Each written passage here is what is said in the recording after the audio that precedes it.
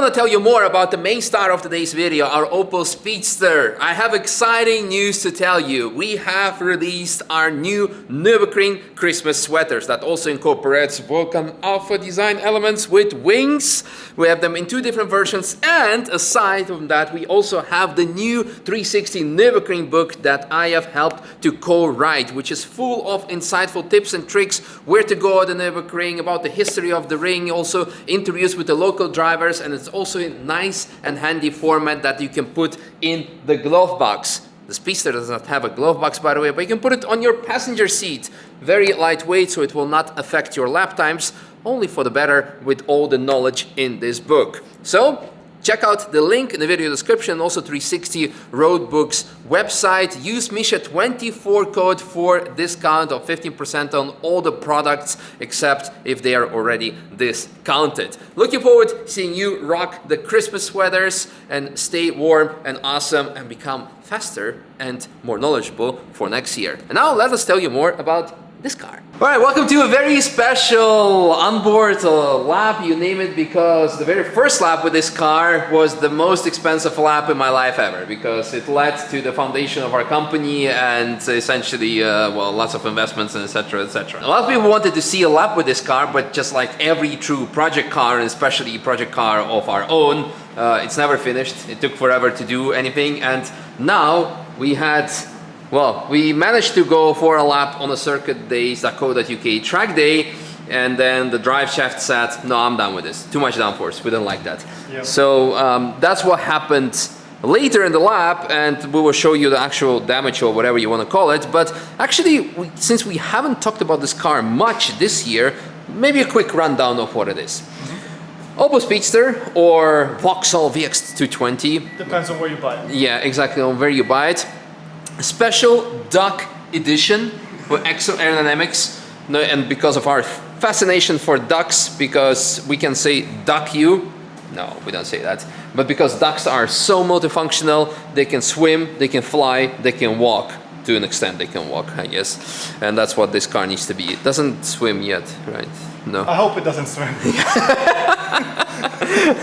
Otherwise, I can ask Tavares if he wants to buy a swimming Speedster. Yeah. Well, we're getting sidetracked. It has a very big splitter that we made that we're going to show you more once the car is on the lift, because it's not just like a front lip like a traditional splitter is. No, it's quite functional. It's running ProTrack wheels, carbo brake brakes with custom engineered uprights by ourselves that we're very proud of, that we're going to show you as well when the car is on the lift. Nankang CRS tires, Bilstein Evo R suspension, carbon fiber here and there. On the inside we have tilted seats, fantastic seats, also custom cage, strut harnesses, and a lot of other full race spec goodies and interior. The engine is also interesting. Can you take off the cover, because... You want to see something cool? What? So I need to bring Oh man. Give me 1 second. Dude, this is full GT2 RSMR vibes, where you need to take off the wing to access the engine. Actually, while you're taking off the wing, that's of course also one of our wings. The idea was to have a dual element wing. It didn't arrive here in time, so maybe something for next year that we'll show you, or later, not in the season, not on the Nürburgring, because it's about to be shut. So we'll take it probably to some other track to show how it would work. Oh, wow. Yeah. Fantastic. Easy. Like a bike rack. So, So this is, what is it? It's like some Saab thing. It's a B207R, and it's to the limit. It's fully built. Head is fully built and CNC ported. The supercharger is the biggest that you can literally find for this car. Maybe there's a bigger one, but then it becomes too excessive. The transmission is built. It has an LSD, water methanol injection, and then a charge cooler system. Everything that you could do with this engine and power plant is done. Yeah, it's been dynoed last week at 324 wheel horsepower. 4.8, I think. Yeah, so almost 325, but it's legit wheel horsepower. Yeah, it's been dynoed. By the way, thank you to Atomic. Yes, thank you to Atomic for the great tune.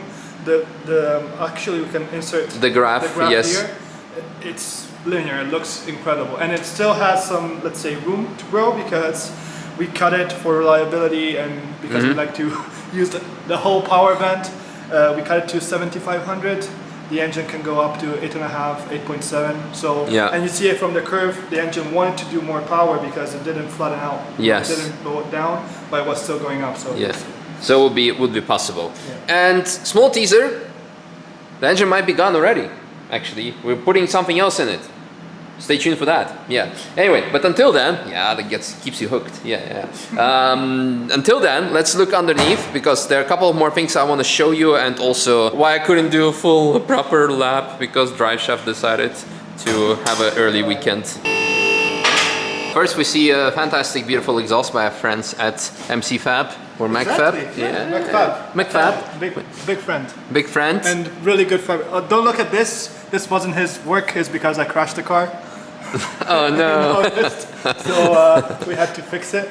But he did a great job. So if anyone needs an exhaust in Europe, hit him up on Instagram. And yeah, we have some hard, solid engine mounts, of course, all the stuff. New motorsport cables. Transmission cables. Yeah. So I have the Evo R suspension, same we're running on our Bilstein M4 GT4 car. We have the billet uprights to be able to mount the big prototypes, the big brake kit. So that's the uprights that you designed yourself in-house and we see in seat.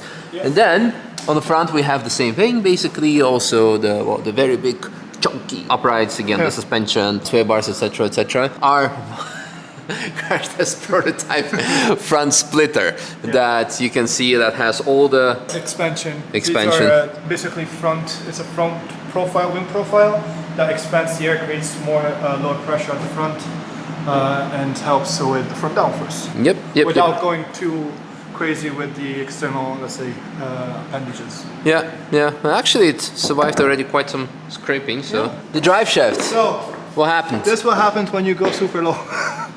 When you go a bit too low with the suspension. Yeah. Because I designed the uprights to have a 35mm drop. So there's 35mm drop spindle. Basically, this helps to maintain the geometry of the suspension flat, so it doesn't camber up, so it doesn't go up like this, which you lose lots of, let's say, the benefits of having, let's say, the stock geometry. I also increased the camber by machining a bit more material, let's say, in the design. And also the caster at the front, it's a bit more aggressive, more race car spec. But here you see what happens if you run too much downforce, too much power, and also too much too low at the back. So basically you increase, let's say, the angles of where the, how you call it in English? Giunto mocinetico in Italiano. CV joint. CV joint, yeah. So basically there is balls in here, and if you go too steep on the angle of this shaft, you create more heat. And these were the original axles actually, and this one was so hot that it burned my hand on it. This needs to go. I bought a new one and I changed the grease on both because this is the shorter version. If you see here, there's a really long one. So this one has a way lower angle here.